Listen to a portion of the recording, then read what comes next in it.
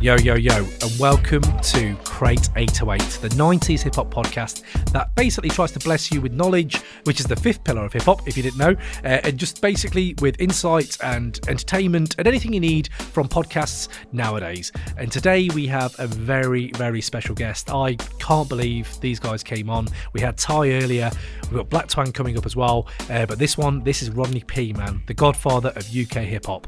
He absolutely killed it. We talked about 90s hip-hop, where the culture is right now, where he's come from, what their new music is saying as the Kingdem rap supergroup, and just basically brought flavour for the whole podcast. So big up Rodney P, brap, brap, brap. Big up all you guys for listening, and yes, I'll catch you on the flip side of the interview. Boom. Yo, yo, yo, welcome to a very special episode of Crate 808, the 90s hip-hop podcast that is bringing you the UK hip-hop laureate, Godfather of UK rap right now, Rodney P, the rhythm killer. How you doing, bro? How you doing, bro? Mate, in awe right now, man. Sitting here with Rodney P, bro. Nice to feel appreciated. As I say, we only started this pod like this year. Okay. We had some dope guests on, Killer Keller, Right. Pavan, Right. Ty just came on. All you I boys. know all of those people. Those are all my friends. That's what I'm saying, man. That's the culture, right? And this is a big deal for us, man. Okay. Big deal. All right, cool. The Cool, first cool. guys come in, legend status. I just want to start off with just gushing, man. When I first heard you Funny. on How's Life in London, Yeah. yeah, Yeah. I remember I was a little Asian kid in Yorkshire ex-Pit Village. Okay. Right. Okay. You've come a long way, bro. That's what I'm saying, Welcome bro. to the big smoke. I'm sitting there, I'm like listening to Snoop, listening to Dre, Nas, all this. Right. And I remember just hearing some geezer on the telly telling me about By Jove this and all this in his lyrics. Right. And it's like, hold on a By minute. Jove, I think she's got it. That's the Yeah, one, yeah, man. yeah. I remember hearing that lyric and go, whoa, did he just say By Jove? Uh-huh. Oh, what? And that for me was a watershed moment as a kid, knowing we got something of our own. See? So I just You wanted know, to it's say- always good for me to hear those kind of stories because, you know, when you're doing it, you're just doing it. And we were hoping we were doing something different. We knew we were doing something different in terms of using our accents and the way we were. But it's like I said, it's nice to feel appreciated. Man, that's it. Standard bearers, man. Watershed moment. And Freddie, I know we've got a lot of people in the US listening to this pod, and we've got a lot of youngsters listening to this pod. Good. So the way I'm looking at it is this: is if you need to know anything about Rodney P, you ain't Googled him yet. What you need to know is these boys, Rodney P, Ty, Black Twang. These boys, for me, I would put you up there. You're our Rakims, you're our Big Daddy Kanes, you're our Slick Ricks. Right. So this Kingdem supergroup that you boys have got coming out, that is a super group to us. How did that come about, man? Like, how did you boys even form like Voltron? For me, I was just asked. Like, I've known Ty for a long time. I've known Black Twang Tony for a long time. And they had already started working together. They had the idea of working together. And they asked me to get involved.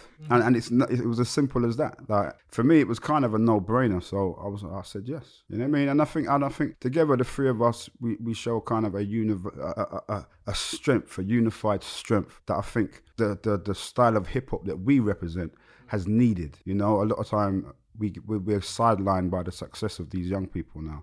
And it was important that the young people who come up under us, who are out there and making music, have you know, someone who's championing that style of music. Yeah, man. So it was a no-brainer. So when you come in as that, you've worked with London Posse with Bionic, and you've had your groups.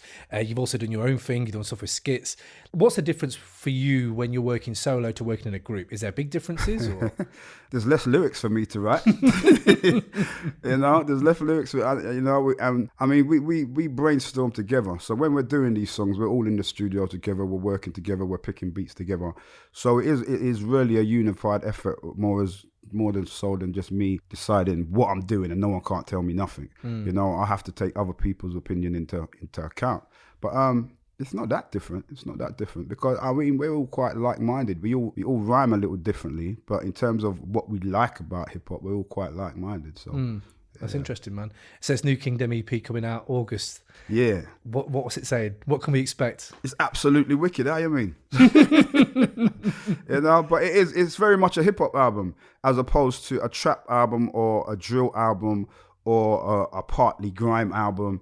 It's very much a hip hop album in the tradition that we came up in. Like we've picked beats that really represent the style of hip hop that we've continuously loved over the years. And we're not trying to chase young people and a young ear and a young audience. Although obviously we hope that they get it and they understand where we're coming from. We're really representing the style of hip hop and the culture that we come from. Yeah. I like that, man. Staying true to it. Yeah, wicked. So we're going to move on to a few questions. One of the questions I forgot to ask you right at the beginning is something we ask everyone who comes in. Okay. What's the least hip hop thing you've done the last 24 hours, man? The least hip hop thing? Yeah. The least hip hop thing I've done in eat sardines and crackers. Oh, okay. Yeah, okay. Which is I get that from my West Indian upbringing. Sardines and crackers with a little salad cream, salt and pepper, and a little dash of lime juice. That sounds dope. Dope. Although I think Biggie might have been on the sardines as well, isn't it? Well, his mum was Jamaican, so that would make sense. That does make sense. It does make sense, man. So Rodney, man, tell me how you got into it. How did you get into hip hop? How did you even start? Purely as a fan of the culture and being excited by what I saw in terms of body popping and graffiti and the early MCs. Like, I was just a huge fan. I found it in the same way you said you had this epiphany moment. I was the same. Seeing groups like on early TV shows, like groups like City Limits Crew, you know, and seeing body poppers in the local youth club.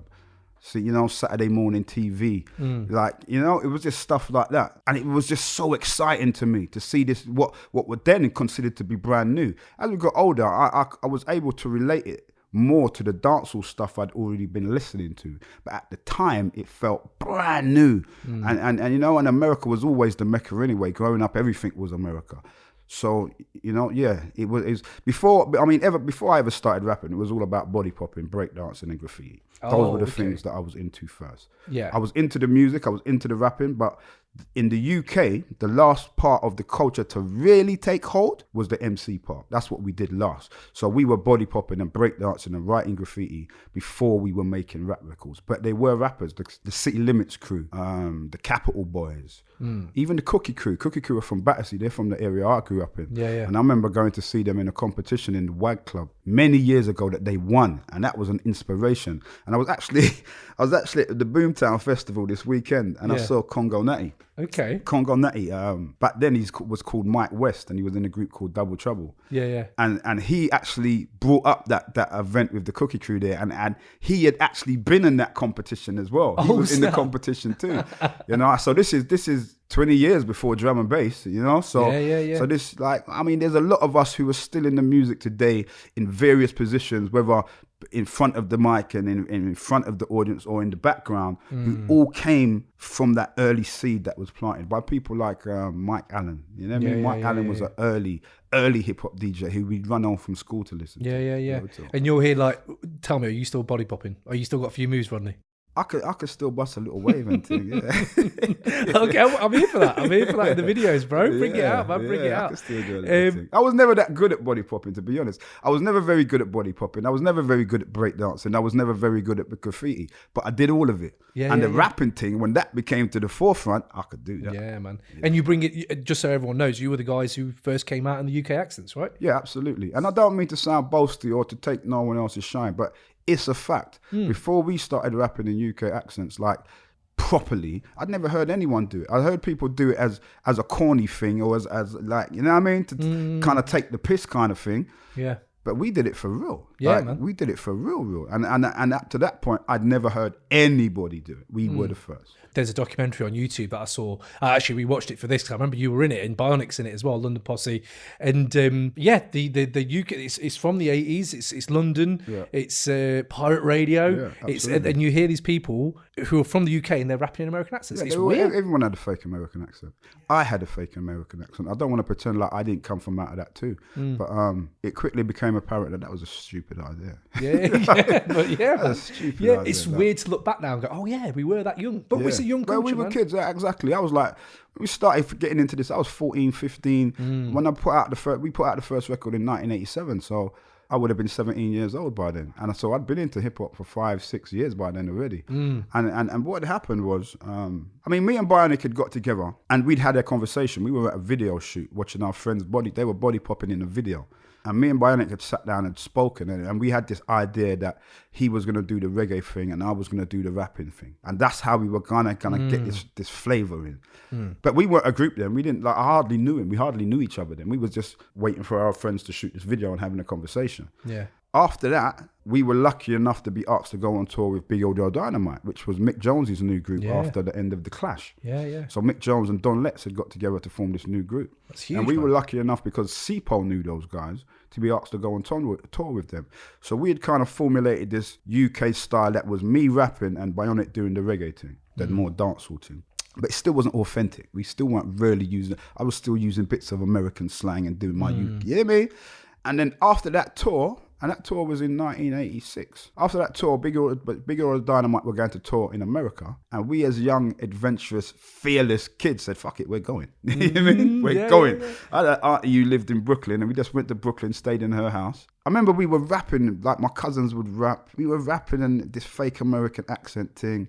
And it just wasn't really going down too well. And then you would say, oh, bruv, you know, where can I get some Rizzler from? Where can I, like, bruv, I'm thirsty. Let me go and buy a Coca-Cola. And then people would lose their mind. Like, where are you guys from? Like, yo, you know what I mean? And it was like, why are we here talking like them? Or not even talking like them? Because, you know, really these accents that we thought were so New York were actually sounding more like Oklahoma or something. We were like, why are we faking these accents when actually it's the way we just talk that has the real effect? So then it was about, okay, let's drop this, you're a bit yardy, I'm a bit Yankee, this kind of style of hip hop, and just do it for real. Just do it for real, which took some doing. Yeah. Like if you hear the first London Posse record, I still got a bit of an American accent because I still hadn't quite worked out how to deliver. But by the time we got to Money Mad, we had it down. This is what we do fully. And a big part of it was going back to, like I said, those dancehall roots and really just talking how we talk. And we was a bit yardy and a bit UK and a bit Cockney, and we was a bit of all of these things. And it was just about doing that. Yeah, man. No, I feel it. And that's the thing. I think when you first came out, it was that Jamaican and Caribbean flavour you were bringing as well, which wasn't prevalent. It wasn't around in my life. Like mine was all Asian music. But that was our reality. That is what we live day to day. So that's how we talk day to day. You know, so a big part of the influence for us was sound system culture and listening to people like Tipper Irie and Papa Levi and people like Tenafly, who had a mentality of that we're UK blacks and we do reggae music, but we're not Jamaican. You know what I mean? We're not Jamaican. We need to make sure we get our identity into the music. Tipper Irie had a song, Hello, Darling. Hello, good looking. That's a very UK tune, but in a dancehall style. Sound systems like Black Unity and Saxon were different to sounds like Coxsone. Coxsone was the traditional Jamaican sound system set up in the UK. Saxon and Black Unity were original reggae sound systems, but set up as representing the young voice of Black London, rather than we only play Jamaican import dub. We're going to bring through the UK new wave of artists. And they had that mentality, and we took that mentality and applied it to hip-hop. And that whole Caribbean culture is actually fundamental in hip-hop. Yeah, like, it's interesting, even US, like the way it started. Like, I was reading a book by Andrew Emery, the guy who wrote for Hip Hop Connection, and I'm learning things now. Like, I was going to shows in the 90s and noughties, this. That's straight out of dancehall. And that's dancehall. And I'm like, I never went to any dancehall gigs. I thought I was straight hip hop. I thought, okay, that's just a natural. No, it's that. And you have to bear in mind that there's a big Caribbean culture in New York. Absolutely, you know, a lot of them man have Caribbean roots as well. A lot of them man they learned about sound systems from their Caribbean side. Like, you know, someone like Kool Herc has got, you know what I mean? Them man have got West Indian roots. Yeah, man. What I mean? Definitely. Biggie Smalls is, you know, we just said that. That's it. Yeah. There's a lot of Caribbean roots in this. That's it, man. That's it. So moving on. One of the. I always like this is good, you know. I could talk about this stuff forever. You know, like, I love going down this memory lane. Yeah, man, this is good for me. This is what I'm saying, Rodney, man. This is what we're here. We're for the love, man. It's for the love. Yeah, like, right. We do this. No one's paying anything for this, man. We out here just off our own back doing this, man. Right, cool, and the way we look at it is like, I love MC names generally, and MC names, like, I always like the story behind them. Did you have any other MC names, or was it always Rodney P from start? It was always Rodney P for me. Yeah. I guess in the early body popping and graffiti days, I would have had like a few different names. Like, it's Roddy Rock. There you go. I've been thinking about this. Like, what was my first name? It was Roddy Rock. That's Roddy Rock. That's probably even on the back of the very first London Posse record. Oh, it's Roddy Rock, and I used to spell it RODDY ROK. And my Oh. tag was ROK. That was my tag. And that was your tag. Yeah, That's yeah. smooth. I like that. yeah, Okay, that's good. I enjoyed that. I knew I'd get something. I was like, I Wow, want to know what my first name was. I've been racking my brain. What was my first MC name? But yeah, it was Roddy Rock. Okay, Roddy Rock. I like it, man. I like it.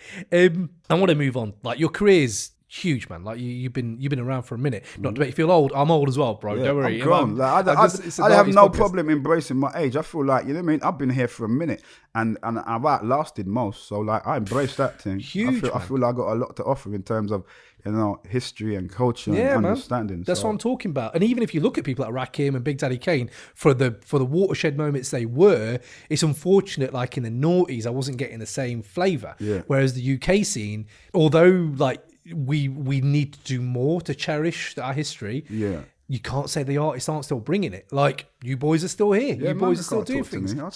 I'll still murder them boys. That's what I'm talking about. You know what I mean? I do feel like we need to pay more homage to the early days of hip hop. And I don't just mean UK, I mean generally. I feel like the gatekeepers of the culture are not doing a very good job. So expand on that. What are you saying? You know, oftentimes we say, these kids don't know nothing about us. They need to do their history, but you can't blame an 18-year-old for not knowing about what happened in 1980 or 1990 if the gatekeepers ain't doing their job. And when I say gatekeepers, if you think about rock music, you know, you could go onto the radio today and hear DJs elevating the 70s rock idols, your Jimi Hendrix and your Osbournes and your whoever, your Beatles or whoever. They're still held up with great reverence by the gatekeepers. And when I say gatekeepers, I mean like the DJs and the journalists and the radio show producers. I don't mean, we shouldn't be looking at the young people and blaming them for what they don't know. We should be, in my opinion, the gatekeepers are doing a terrible job. They're doing a terrible job. So you can't go onto no commercial radio station and hear none of these new supposedly hip hop DJs celebrating the 90s in the way that you're doing with this podcast. I appreciate You that. have to go online to do that. Yeah. So, you know, a lot of these young guys are just, they're listening to whatever's being offered to them. There's a reason they don't know that hip hop in the UK started before the advent of Channel U and YouTube, because the gatekeepers ain't giving that information. The gatekeepers are always chasing the kids. They're not there they're not trying to educate the kids. They're just trying to be down with the They're kids. in the trend. They're into trends. So, you know, it used to be a time when the DJ, like I say, who I claim as the gatekeeper, your favorite DJ would be a guy who'd be in the record shop at the weekend and he'd buy a bag of records that he loved. And then he would come and present them to the audience as, this is the hot shit. You know what I mean? That's what would happen. Now the DJ goes to the top 40 or goes to the record label and says, who are you promoting this week? Yeah. The radio show producer says, right, here's a list of 50 records. You're going to play out of these. Yeah. The DJ don't even have that say that he used to have, you know? But do you think nowadays, as gatekeepers, they're definitely still there, but also what I love about today is that we can all do this. You need a mic, you need to upload it, and yes, there's millions of people doing this, it's saturated, but what I do love about today is that some of the gatekeepers just lost that power to a degree. I think to a degree they have. I think commercial radio doesn't have the strength that it has to the underground, but I think commercially it is absolutely all powerful still. And I love the fact that we can embrace the technology and just do what the fuck we want. You know what I mean? But you still have to find an audience. And the majority of the audience is still led by the most commercial, easily accessible shit. Yeah. You know what I mean? Yeah. So, you know, I do think, and when I say gatekeepers, I don't mean the underground DJs. I don't mean people like you. I think you people like you are doing a fantastic job. But I think, you know, I didn't even want to call no names, so I'm not going to be like personal. You know, and I could be. Trust me, I'm urgent to just start blood clot cussing. But I'm gonna keep it. I'm gonna hold it down. But I think when you look at commercial radio, they're doing a terrible job of showing reverence to the timeline. Like I think other forms of music and other cultures within music, the gatekeepers do their job. Yeah. And oftentimes, again, you know, these commercial radio stations, the powers that be, do not give them enough room to do that. Like I said, like a lot of these guys, these supposed DJs, they don't even pick their own music. Yeah. You know, the producer picks the music. The producer's someone who's fresh out of uni, who only knows the last 10 years, the last 15 years, only knows what happened with Channel U. Yeah. You know, that's your producer. So your pot of records to dig into is really limited. And I think, you know, that reflects in the way the current audience understand the music. Yeah. I'm aware of the fact that lots of young people have never heard of me. Lots of young people think that UK hip hop started in the 2000s with Channel U and the birth of grime. And I understand why. And I don't blame them for it. Yeah. And I think the flip of that, while we're here talking on it, I think the flip of that is that a lot of the older guys of my generation are too stuck in their ways to appreciate the level of creativity that a lot of these young people are bringing to the table. They quickly say, it's all crap. And they talk about stuff that they've never even heard. You never even listened to it before you made an opinion on it. So, you know, I think a lot of the old guys need to really check themselves too and actually go and listen to what these young guys are doing. A lot of them are doing some amazing work, creative work, like really, really thinking about what they're doing. They may not have the same rhyme pattern and structures that we use, but that don't mean they're not lyrical. Yeah. You know what I mean? So I think it kind of cuts both ways. That's really interesting because I think the culture itself has always, and if you think this is different, obviously you have a different opinion to hip hop than I do, but I think it's always been about innovation. It's always been about being different. I have conversations. Again, I talk to young people about it all the time and express my opinion. When I start cussing, I do think there's a lot of shit rap out now. But there was a lot of shit rap out in the 80s and 90s. Absolutely. You know what I mean? Exactly. There's always been lots of shit and there's always been lots of good stuff. Yeah. You know, but I appreciate the way the youths have embraced the technology and the hustle and used it for this generation and do their thing. Like when we were young, we were getting cussed for using turntables and what's that jigga shit? That's not music. That's what our elders was telling us. You know, where's the guitars and the drummer? Where's the keyboards? Nah, we've turned these turntables into our instrument. This is our new instrument. And if you don't like it, fuck you. You just don't understand. And we went through and did it regardless. And these young people are going to do exactly the same. Yeah, man. Like if you old boys, if you don't recognize the fact that these young guys are being innovative with the shit that they've got at hand, then you're just going to fall by the wayside. You need to appreciate that. You know what I mean? There's a lot of fucking fantastic producers and a lot of fantastic MCs out there doing work today. You can't just dismiss it out of hand. So this is interesting. This is like a big idea I had about when you were coming into the pod. And we talked about your career being massive and I'd need to get onto your documentaries and you've done a lot of these things. Right. But it all stems from Fire in the Booth, you boys, Kingdem, Black Twang, you, Ty, on Charlie Slough, and you were spitting. Honestly, that's one of the best fire. Not just because you're in here, but I've been saying this. Like, Akala killed it. You boys killed it. There's some lyrics in there, right, where I was like, well, that's the birth of grime. Right. Your lyrics were like something. I'm sorry if I'm absolutely butchering these in front of you. This is bad, but you said like, because you know the roads are horrid, but it's your street smart second best to book knowledge, right? Or is that their diploma worth its weight in gold when you can rearrange a hustle that you learned on the road? Right, that's what I'm saying, right? Listen to those lyrics. That's how grime was born. Yeah, that's absolutely. how everything. People can look at these communities and be like, you know, there's nothing going on there. Yeah. There's no intelligence. There's give them they work hard to set their thing up and get it off the ground and get it rolling. That's what I'm saying. And change their hustle. That's what I'm saying. And they've made a really successful hustle. So you know what I mean? Like you can knock them all you want, but they're doing their thing. And that's the birth of grime comes out of that hustle. The birth of UK hip hop comes out of that hustle. Absolutely. But the thing I really loved is because you then have done some documentaries. You did some on BBC4 about the hip hop world news, which is great. The Last Pirates documentary. Oh, these are on YouTube, by the way, so people go out and listen to. You know, the hip hop world news actually isn't on YouTube. Oh, isn't it? They took it down because of the music content and all of that stuff. Oh, but you can check the Last Pirates and the last one we put up, which was the grime one. You can check them on my YouTube page, which is Rodney P _UK. Come check me. That's what I'm talking about, bro. The Last Pirates, honestly, it's about pirate radio stations in the UK.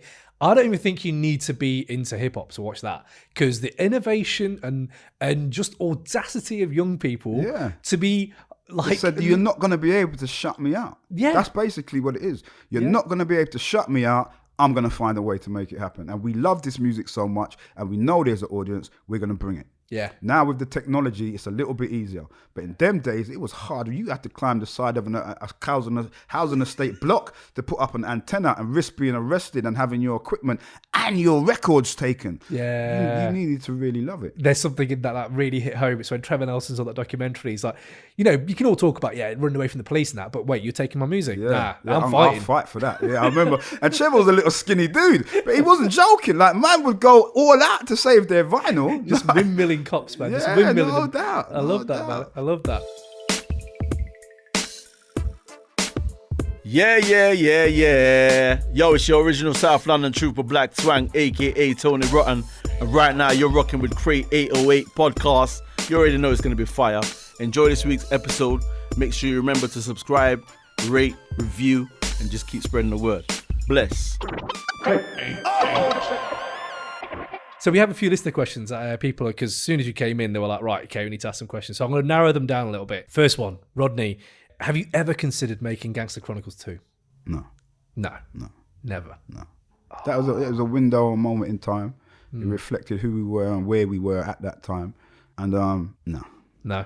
Well, that was from This Is JF. I'm sorry to disappoint you, big bro. up JF. He was obviously a big fan. I salute you, bro. But, Well, Gino Graziano, some Italian flavour coming in here, asked, when is your next solo LP coming out? it's actually made. I've actually done it. It's finished. We're doing this Kingdem stuff, and then we're rolling into my stuff. I should have brought one with me. I've actually got a 7-inch vinyl that we've just had pressed with True Thoughts. True Thoughts is the label that it's coming out on. Oh, snap. And that will be the first reintroduction of me as a solo MC. It's a double A-sided 7-inch, and it'll be out soon. One side's called The Next Chapter, and one side's called Recognize Me. Wicked. So look for that, yeah. Oh, mate, I'm so soon. Yeah, like I said, the album's done. ready for that, man. Ready for that, definitely. We have another one here from MF Gloom who says, that's a good name, man. He's dope. He's dope, this boy. So he said, what was it like in the UK scene in late 90s, early noughties, especially when a lot of people like myself became fans of UK hip-hop? Did the burgeoning US independent scene at the time have any impact or influence on what you yourself was doing? I think the UK scene always had a kind of independent mindset anyway. Obviously, we were fans and we're loving the American music still. I mean, we're talking about the Wu-Tang Clan and Premier and, you know what I mean, all like Mobb Deeps and, you know what I mean, the Queensbridge was coming up, Nas and all of that stuff. So obviously we loved all of that stuff. But the UK scene always had a very independent mindset, mainly because we had to. You know what I mean? There were major labels that was fucking with us and fucking with certain artists, but a lot of those artists on major labels never came from the underground. Yeah. They were guys who had mates who were A&R guys, or like, you know what I mean? They never really came from the underground. The underground was always like, Skinny was independent, I was independent, Kalashnikov was independent, Skits was independent. Yeah. Like, you know, Task Force were independent. Yeah. Like, you know what I mean? So, but you all seem to get on together. That's the thing. I remember when I first came to London from Yorkshire in '99, and I'd never been to a hip hop gig. My thing was all very much molded by the Source magazine, Hip Hop Connection, Westwood on Radio 1. Those were my outlets. Those are the people. And then I came into London, and there's this boy from Tooting, one of my boys, big up Joel, and he was like, I'm a South London boy. I used to be in Tooting all the time. Liberty Greaves was in Tooting back then. So that's right. Yeah, so yeah. this is, and he was like, hey, listen to this, 19 Long Time. Check this out. See? I was like, who's this? Black Twang. Never heard of him. Bang. Okay, that's it. And then it's Subterranean, and then it's Borderline, and then it's all these clubs where I was like, okay. Big up 279, definitely was repped in them days. That's what, mate. Those Flavour days, of the month was important. Yeah. And the Subterranean days, I feel like people seem to work together a lot. Yeah, a lot of us were mates. There was tensions and rivalries because it's a competitive sport, this hip hop shit. But we were part of the scene, and the scene was generally about pushing each other. So you go back to those times, you see how many MCs were on tunes with other MCs. We were all connected. And even by then, I was kind of had the elder statesman status even by then, because we came out first. You Godfather, man. I'm gonna take your word for it. But you know what I mean? Like, there was always that unified strength in the scene, always. And I've always been a dude who's pushed for that. Like, that's part of the reason why I'm still here. Motherfuckers know that I've always represented the scene, and I've represented the people within the scene. Yeah. You know what I mean? And now you're becoming one of them influencers in a side that the documentaries and stuff. I feel like you're stepping into an area which is almost like guiding people into what was and teaching and documenting stuff. Yeah, I think that's the bottom line of it. It's about documenting the history and the unsung and undocumented history. It's important someone does it. And I'm grateful to, like, you know, the Acme Productions who I make them with, and Jamie DeCruz. And Jamie DeCruz is a guy, he used to run Touch Magazine. Touch Magazine was his. And Touch Magazine was one of the Bibles, you know what I mean? And he's gone into to TV production and film production. Yeah. And he was willing, and not just willing, he wanted to have these stories documented in the same way that I do. So I'm grateful to him, and I'm grateful to the opportunity that we've had to actually do this. You know what I mean? And do some more, man. I'm begging. You know what? We're in the process of putting one together right now. I had a conversation with Jamie this morning. I just got like the template of what we're gonna do, and yeah, there'll be a new one out. Wicked. early No, next year. that's. I mean, It might be a sign of me getting old, but I love documentaries on old music generally or art. Yeah, the next one is about jazz funk and UK soul. So look at Oh, okay. I'm in. Yeah, I'm in. yeah. I'm in. I think you'll enjoy it, bro. So we're going on to a few staples, the Crate 808 staples. Okay. I might give you a little bit of a headache here, Rodney, man. But I always wanted to ask, you're in here now, top 5 MCs. Oh, Lord have mercy.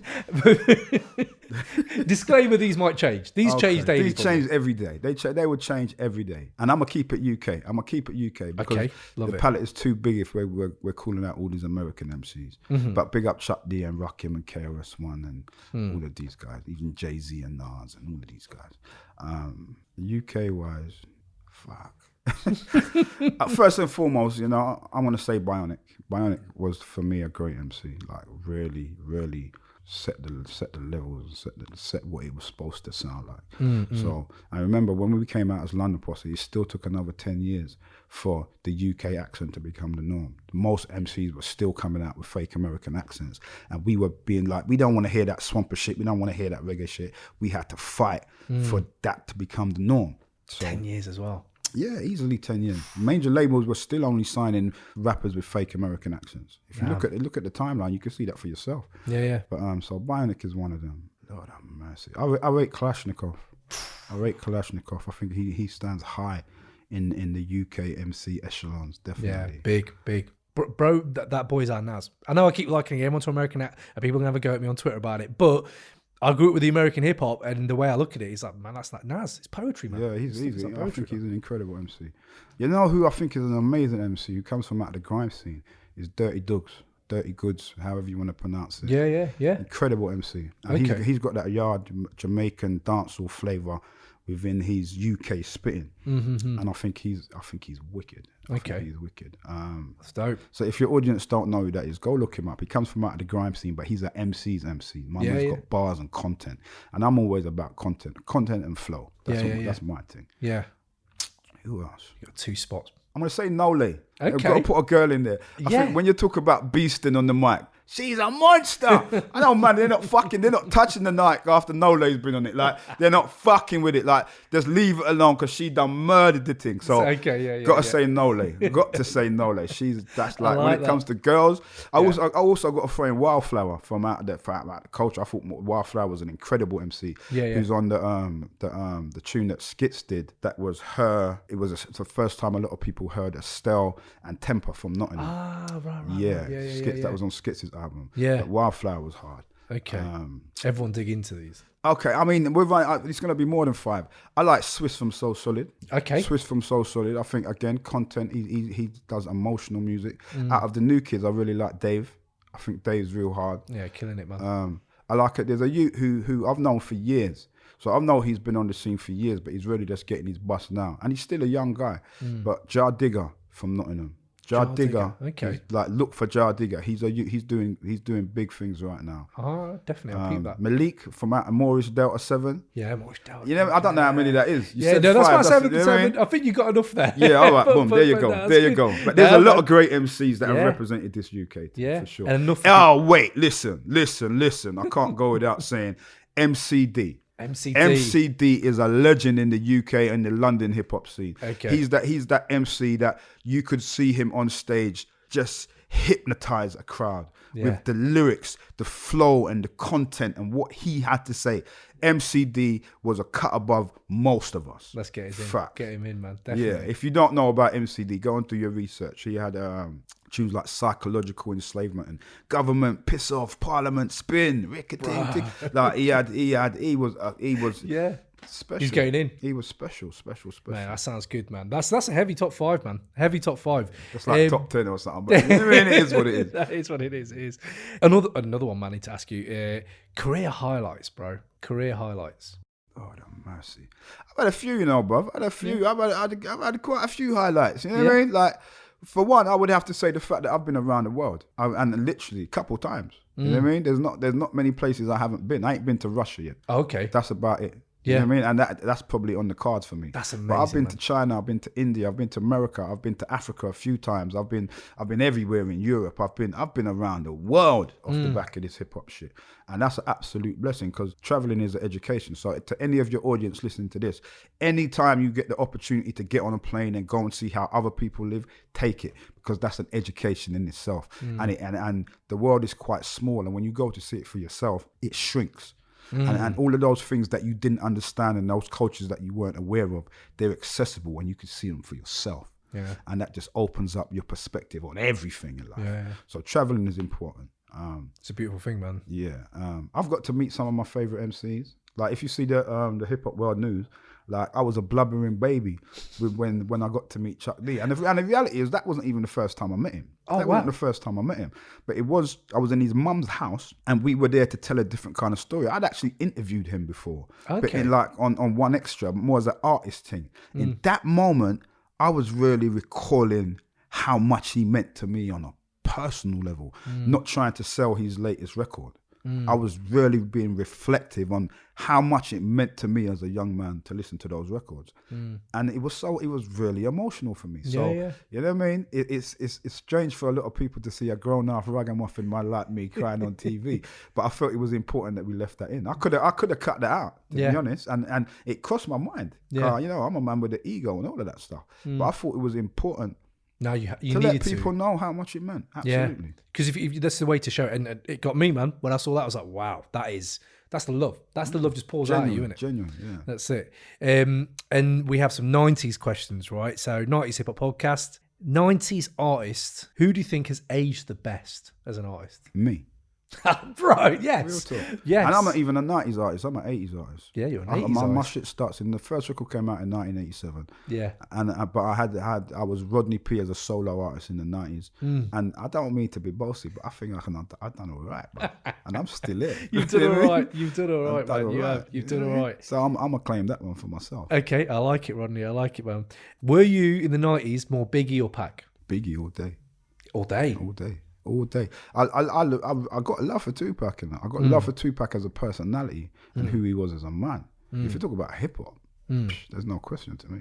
Oh wow. Okay. Wow. I thought you might be in the middle there a little bit, but no. No, I got a lot of love for Tupac and who he was and what he represented. But I also think he was a bit bipolar.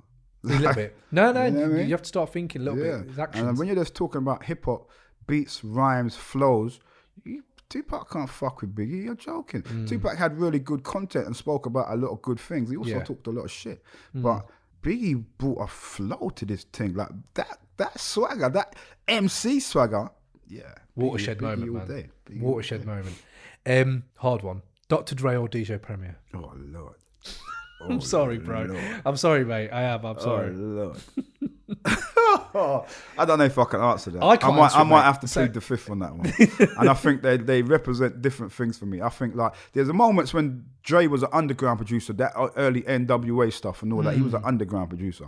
But I think his commercial success supersedes all of that shit. But I think when you're talking about boom bap, it's primo. Like, Yeah, man. So I don't even want to call that one. But there's others. There's Pete Rock. There's others who fall into that category too. Like, Yeah. There's just these pivotal moments and these pivotal people in hip hop that help formulate the sound.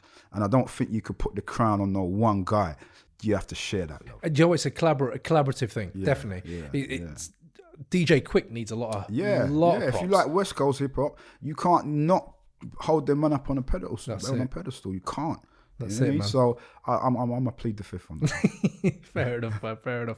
So it's like a decade. I know we shouldn't always measure things by decades, but I can't help it, man. I was like, what for Rodney P has been some of your favourite artists or albums or hip hop pieces of work to I like that you've opened it up. You ain't trying to pin me down to know one thing no more. But there's like I don't want to call it obvious because some stuff's just obvious. You know what I mean? Like some artists are just obvious. But I really had a lot of love for Smith & Wesson. Smith & Wesson, The Shining. I actually got to make a record with those guys for DJ Dynamite from Germany. Yeah. So I've got a record with Smith & Wesson that we recorded in the D&D in New York. Oh, wow. So you can go and look for that. Like I said, Dynamite is an artist out of Germany. So it was on his album that he released in Germany. But that's me and Smith and Wesson on that, which was a blessing. Cause I loved their album. The Shining, right? The Shining, yeah. I loved that album. Why was that? It reminded me of London Posse in a lot of ways. It reminded me of London Posse in a lot of ways in terms of the production, how they presented as MCs. It was a really New York ragamuffin type thing. You know what I mean? And I felt like it was reflective of who we were. You know, even though it came like 10 years after us as London Posse, I thought it had that kind of energy. You know what I mean? And I'm going to say an album, you know, that a lot of people don't bring up, and an artist that a lot of people don't bring up because they have a really different of opinion of who he is in this window of time, because he's how he presents changed so massively. But Ice Cube. Thank you. Ice Cube. Thank you. Like, people forget how important this guy was. Mate. Like, from NWA through to writing Eazy-E's album, through to America's Most Wanted was one of the most played albums in the history of my life as a hip-hop fan. Yeah, man. That album, Once Upon a Time in the Projects. Oh, mate, I damn near banger. had to smack a hoe. Listen, that was my shit. Like, you know what I mean? Don't fuck about. Ice Cube was fucking special. He don't get the credit he deserves. Do you know what? On this pod, because again, we talk 90s, right? So there's a lot of stuff in the 90s that's just taken for granted. Yeah. Like, people don't talk about them, but we try to dig in a little bit, drill in a little bit. Right. So we had these debates, and one of the boys bought the Predator See? to go against, I can't remember what it was going against, but it was going against Mos Def's Black on Both Sides and Big Pun's Capital Punishment. All good albums. Yeah, but we Black had that. on We had Both that Sides is argument. another one. Oh, man. Big Pun shit. Like, Big Pun. Like, how does this dude who weighs like 300 pounds have the breath control to spit that shit? That's what I'm saying. Like, it's fucking incredible. That's some incredible shit to me. Yeah, man. And we started talking about Predator, just digging in. No one talks about this, or maybe they do when we start talking about them. But like, Ice Cube probably had one of the best 3 to 4 year runs ever in hip hop. Ever. Making incredible shit. Yeah, America's Most Wanted, Predator, Death Certificate. Before that NWA, you're like, whoa, this guy was possibly the best rapper in the world. My man was like writing fire. He was writing fire. And it was angry. Angry and just political, man. And now it's, you know, are we there yet?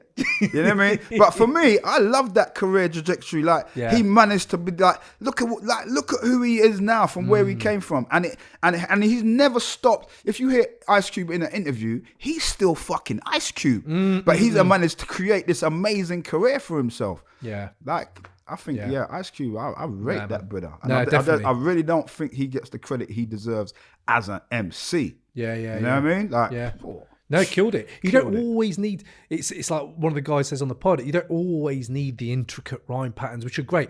Sometimes simple, effective, and just bang. Yeah, just bang. They hit the nail on the fucking head. Yeah. Like, Ice Cube was that guy, man. That's what I'm talking about. was the guy, trust me. Right, I need to listen to Predator again after this. Another few little questions before we finish up, mate. We have a little Wu-Tang Clan playlist, right? They have so many bangers, and everyone talks about the same old bangers. And we were like, what are the same old bangers? Well, you know, Protect Your Neck, Triumph, Cream. And we were like, look, there's hidden Wu-Tang bangers out there that people like talk about, but we need to put them into a playlist. So on there right now, we've got a bit of Click Click. We've got some Capadonna, Milk the Cow. We've got...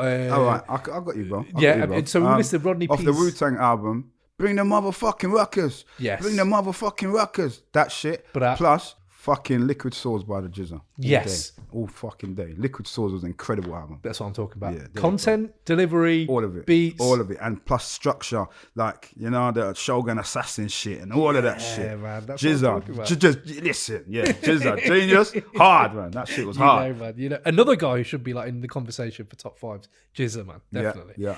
Again, slept on. I think the album was successful in the time, but people forgot about that shit. Jizza's album, Liquid fucking Swords.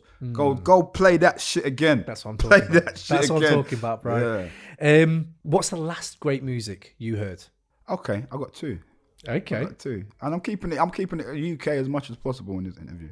Okay. One, a friend of mine, Marsha, who's a youth worker, she put up a post on Instagram about Loyle Carner. And Loyle Carner was a name I'd heard, but I didn't really know his music. And I listened to his album, and I thought it was fucking amazing. So Loyle Carner is one of the guys. Is that the new one, right? The new album that he's put out, I think it's really... Swimming or drowning? And it's a picture of a guy in the water. And yeah. That album is heavy. It's fucking heavy. Like, I was shocked how much I liked it. I was actually shocked because... Like, I thought this is going to be some wishy-washy emotional rap shit. And it is really emotional and heartfelt. But it's also structured, wicked, nice beats, honest. Yeah. You know what I mean? Yeah. Honest. Like, yeah. I honestly was shocked how much I like it. And as a new artist, he's brand new to me. Like, again, I'd heard the name, but I didn't really know the music. You know what I mean? And he's only about 2-3 albums deep anyway. Right. So I think that album is bad. Yeah. I think it's bad. Love that one. He's actually got a woo track on there, right? It's called Ice Cream. Isn't it? Yeah. There's a track on there called Ice Cream or something. It's not. I wouldn't call it a woo track, but yeah. No, but sorry, he's talking about the woo. And he's like, yeah. And then you can hear he's a hip hop kid. Yeah, like, and that's what I talk about. There's a lot of these young guys who being really innovative, whatever the fuck that word is, but doing their fucking thing. And a lot of the old guys just discredit it without hearing it. Go and listen to some of what these guys are fucking doing.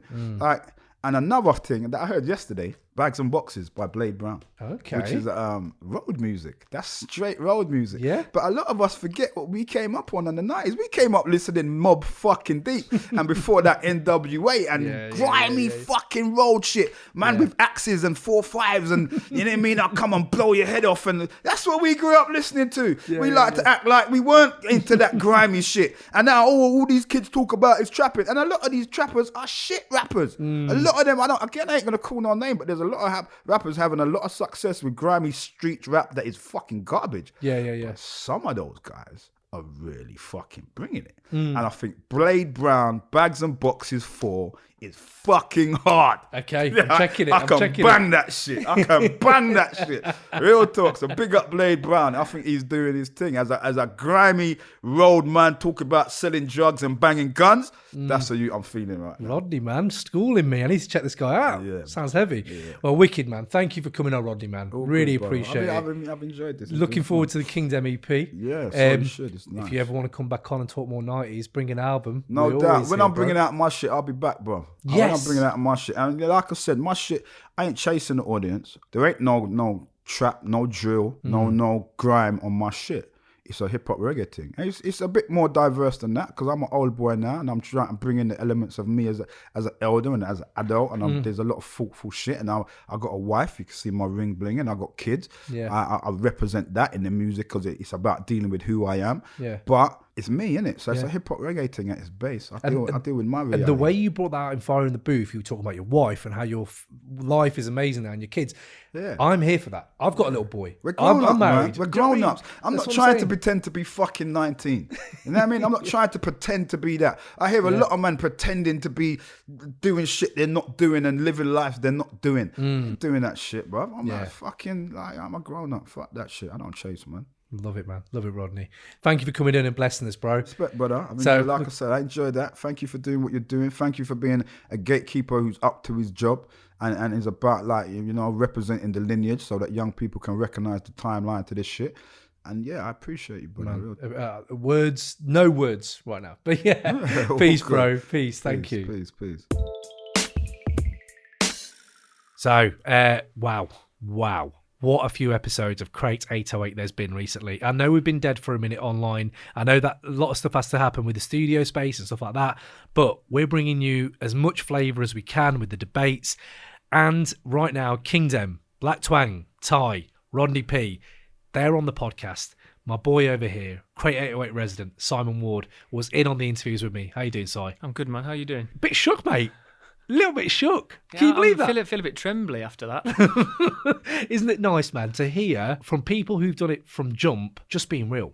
Like, that's the thing that got me. Well, mate, the passion in his voice. I mean, I sat there like the weird, strange thing in the corner, and I kept wanting to jump in and say things, but it was. I could have sat there all afternoon and listened to him. Well, both of you, the conversation you were having, but as you say, like the passion for hip hop was just so evident in his voice, wasn't it? And just the way he was talking. I mean, he was talking for a lot longer than managed to get into the pod, but just the things that he was saying and just listening to someone who's been through generations of hip hop and is still hip hop and has still got the same love that we have for the music that we discuss on this podcast, but has been there and done it from the UK perspective, and just the insight he gave, and just the passion for it though was just amazing. It was an amazing experience just to listen to you two guys. Do you know what, man? I wish. I just want to get my England flag out and be like, yeah, fuck you, man. This is UK rap. This is UK hip hop. Like, it made me feel so proud of the culture we come from. And you know what? I'm not even in it. I don't rap. I don't beatbox. I don't make beats. I'm just doing this little podcast. But yet. But isn't it fucking nice when you hear a pioneer and you're like, you know what? Yeah, fuck, I'm proud of this. I'm proud of what people have done. I'm proud of, like, I could go across the world and be like, nah, this UK shit, this is real shit. Yeah, I love that. I think in the 90s, and I think you brought it up on the pod about, we do need to be a bit more reverential towards our own history in terms of hip hop in this country. And then, you know, I think we rejected UK's hip hop for a part of the 90s. Absolutely. And it wasn't until there was a strength in it and there was a growth in it, and actually it caught the ear. And as Rodney P said, on when they started, because they went through the phase of speaking in American accents and stuff like that, and then you hear him talk about the fact that they had that realization moment that actually we need to stand on our own 2 feet and we need to be proud to be British and stuff like that. And then, you know, very recently I've gone back and listened to a lot of UK hip hop, and it does make you feel proud to be British, doesn't it? You listen to people like Rodney P, Black Twang, and some of the artists that he mentioned. Brotherhood was another person that was mentioned on another podcast. Going back and listening to them, you're just like, some brilliant UK hip hop. Yeah, and I wish you'd had sat in on the Ty episode with me. I know you weren't there for that one, but again, Ty is bringing, like, I don't know, just deep analysis on the culture. And the beauty of the whole thing for me is it's specifically UK. What I love about this country and love about being from here is the fact that it's a melting pot. You're not hearing one strand of anything. You're hearing African beats, you're hearing Jamaican, you're hearing so many things that go into the melting pot of UK hip hop come out. This country is still a melting pot, and everyone here for me is like brothers. You hear that in all of the genres that are sort of UK rooted, though, don't you? I mean, you talk about drill, you talk about grime, drum and bass, jungle.